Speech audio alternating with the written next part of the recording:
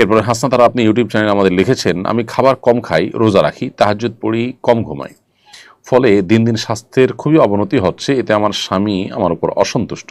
তাকে সন্তুষ্ট করতে কি লাইফস্টাইল পাল্টাতে হবে? পরামর্শ কামনা করছি। বোন হাসনা তারা, আপনার স্বামী যদি আপনাকে নফল রোজা রাখতে নিষেধ করেন তাহলে সেটা শোনা আপনার জন্য কর্তব্য। ঠিক একইভাবে নফল নামাজ ইত্যাদি করতে আপনাকে যদি নিষেধ করেন সেগুলো আপনাকে শুনতে হবে। তিনি কোনো ফরজ বিধান যদি আপনাকে পালন করতে নিষেধ করেন, কোনো অন্যায় কাজ করতে বলেন, সেটা অবশ্যই আপনি শুনবেন না। কিন্তু এই জাতীয় নফল বিষয়গুলোতে তিনি আপত্তি জানালে তার সে আপত্তিকে অগ্রাধিকার দেওয়াটা আপনার কর্তব্যের অংশ। এবং এটাই হলো শরিয়ার নির্দেশনা।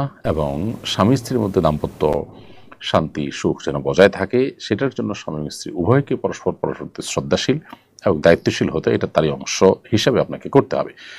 আল্লাহ তাআলা বলেছেন, ওয়ালা তুলকু বিআইদিকুম ইলা তাহলুকা, তোমরা নিজেদেরকে ধ্বংসের দিকে ঠেলে দিও না। আপনি যে দিন দিন স্বাস্থ্য খারাপ হয়ে যাচ্ছে, অবনতি হচ্ছে, আপনি নিজেই বলছেন, তো এরকম কাজ করা এমনিতেও আপনার জন্য উচিত নয়। এছাড়া নবী করিম সাল্লাল্লাহু আলাইহি ওয়াসাল্লাম বলেছেন, লা দাররা ওয়ালা দিরার, নিজে ক্ষতিগ্রস্ত হওয়া জায়েজ নাই, অন্যের ক্ষতি করাও জায়েজ নাই। তাহলে নিজে নিজের ক্ষতি করলেন, সেটাও কিন্তু আপনার জন্য জায়েজ নয়। নবী করিম সাল্লাল্লাহু আলাইহি ওয়াসাল্লাম পরিষ্কারভাবে বলেছেন যে লা ইউশাদ্দা হাদাদ দিন আহাদুন ইল্লা গালাবা, কেউ যদি এই দিনের ব্যাপারে কঠোরতা অবলম্বন করে যে দিন পালন করতে গিয়ে নিজের জন্য অনেক কঠিন করে ফেলবে, তাহলে একটা সময় সে আসলে হার মানবে, এটা পারবে না। এই জন্য আপনার এই জায়গাতে বাড়াবাড়িকে পরিহার করা উচিত।